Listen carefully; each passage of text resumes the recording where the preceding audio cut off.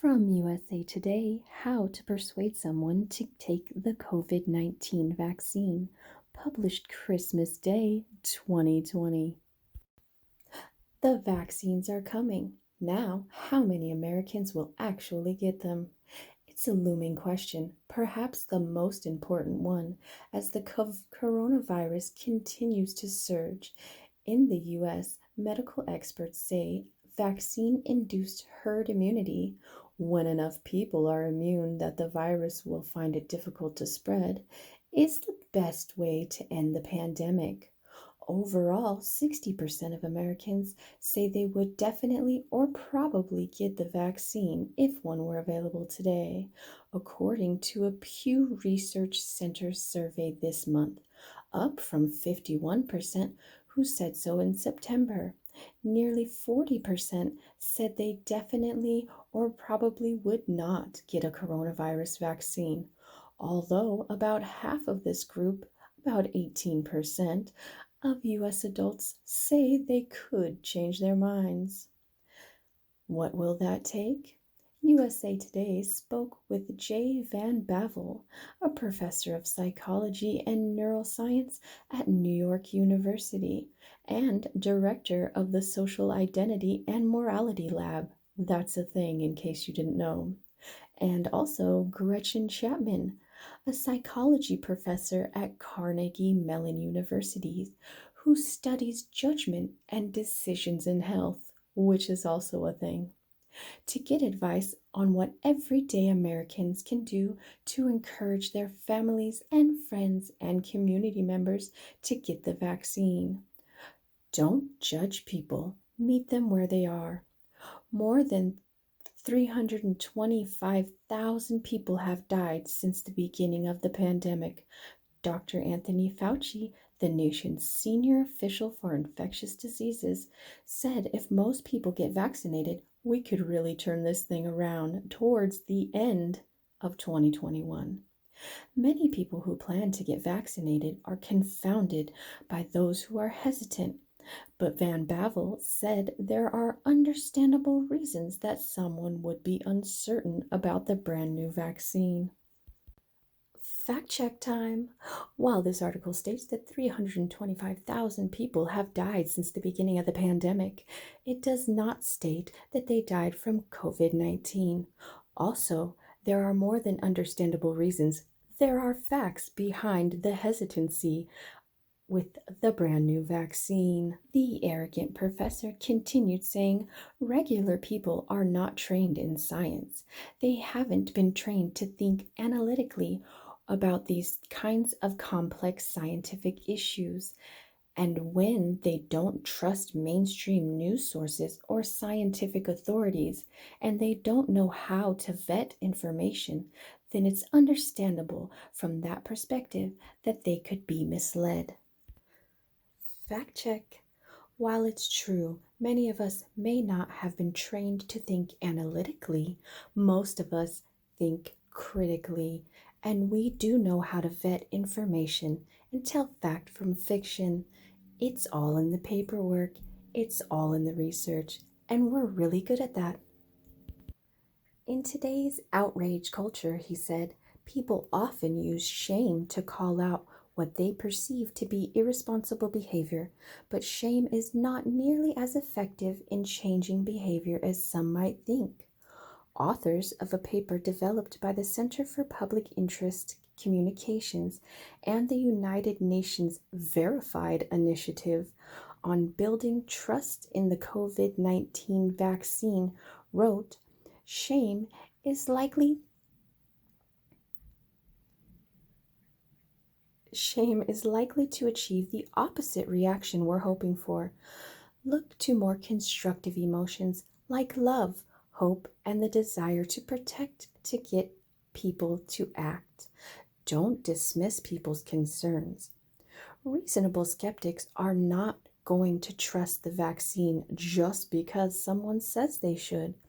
If someone is skeptical of Big Pharma, for example, don't disregard that. There's lots of reasons that you should be skeptical of the financial interests of large pharmaceutical companies, Van Bevel said. If an African American is hesitant about getting the vaccine, don't ridicule that. Black people have been repeatedly mistreated by the medical community. Dismissing their concerns about a COVID 19 vaccine shows a lack of empathy and a misunderstanding of history. Don't treat people's concerns as dumb. Listen to them, validate them, and figure out how to address them. The first thing is just understanding the base of those concerns and not trying to dismiss them, but trying to grapple with them, Van Bevel said. Note, Van Bevel does not actually give you any valid grappling arguments to help alleviate the concern from the African American community who historically has been fucked by the medical community. Black Americans are the most hesitant to get a COVID 19 vaccine, probably because of the Tuskegee studies. Partially, anyway. Okay. Knowing that a person's politics aren't everything. The pandemic has been politically charged from the start, but don't assume political identity is the only one that matters in decision making. Identity is intersectional and involves a lot of things, Chapman said, including race, gender, and religion. There are some pretty interesting dynamics going on here. For example, Democrats are more enthusiastic about the vaccine than Republicans, but Black Americans who lean Democrat are skeptical of vaccines because of their history of abuse by the medical system. For some, radical identity may be more potent than political identity. In a perfect, limitlessly resourced world, the authors of the United Nations paper wrote, we'd have the opportunity to craft highly specific campaigns for each community and identity. But we don't even have any good suggestions to give you for Black people not wanting to take the vaccine. Now, before launching into your argument, try your best to size up your audience. Is this person vaccine hesitant or a hardcore anti vaxxer? It's unlikely you'll change the mind of a militant anti vaxxer, but experts say they're rare. Those who are skeptical of vaccines are far more common. To figure out whether someone stands or where someone stands on COVID 19 vaccines, be curious. Ask questions like, why do you think that? Or, where are you hearing this? Or, why do you trust this? Asking such questions will help you understand if people are persuadable and what may persuade them. For example, if someone thinks COVID 19 is no more dangerous than the flu, you know which belief you have to correct.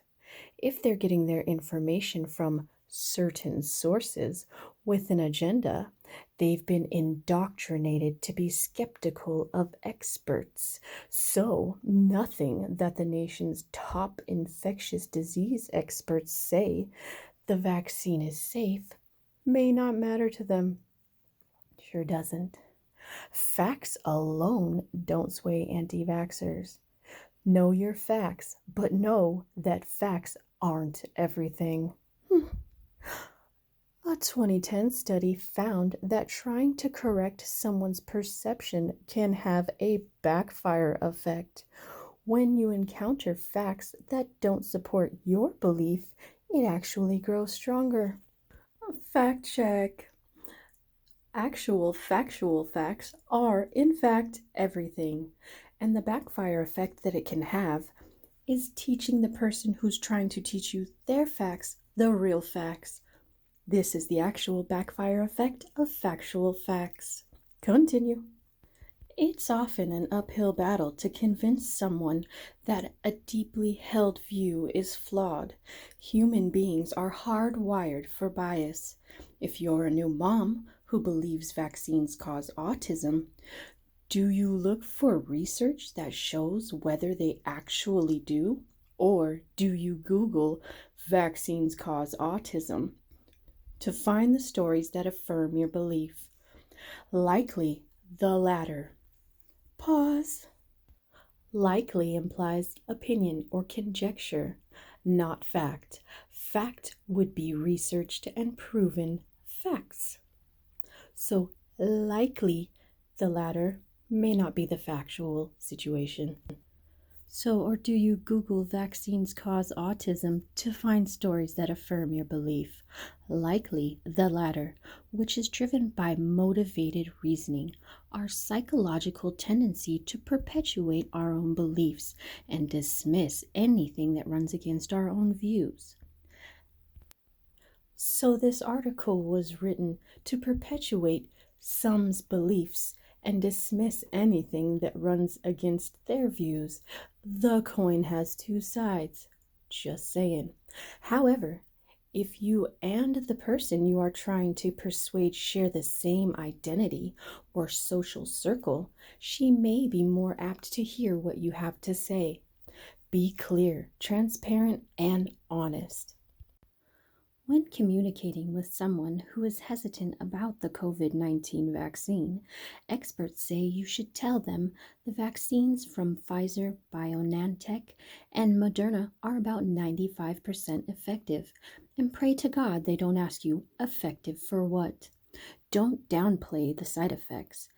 There are some, but they're not as severe and they're short lived. Thousands of people have gotten the vaccine, and none have reported serious, long lasting health concerns, even though we have no long term effects available yet. People seem to feel worse after the second dose and may need a day to recover. If you have extreme allergies, you should talk to your doctor first.